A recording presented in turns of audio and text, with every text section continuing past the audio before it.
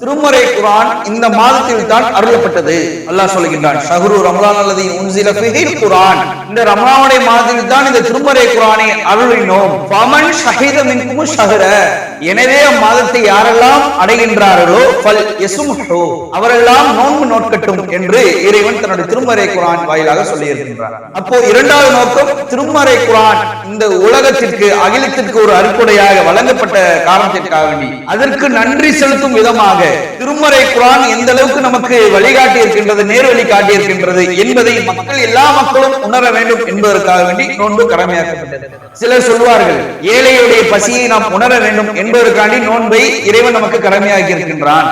அப்படி அல்ல, முழு நோக்கம் இறையச்சத்தை பலப்படுத்த வேண்டும். இன்னும் இந்த திருமறை குர்ஆன் இந்த மாதத்தில் அருளப்பட்டது, இதன் சிறப்பை நாம் முழுமையாக உணர வேண்டும். திருமறை குர்ஆன் என்ன இந்த சமுதாயத்திற்கு அகிலத்திற்கு என்ன வழிமுறையை சொல்லி காட்டியிருக்கின்றது என்பதை நாம் அடிப்படையாக உணர வேண்டும் என்பதற்காண்டித்தான் இந்த மாதத்தை இறைவன் தேர்வு செய்திருக்கிறார்.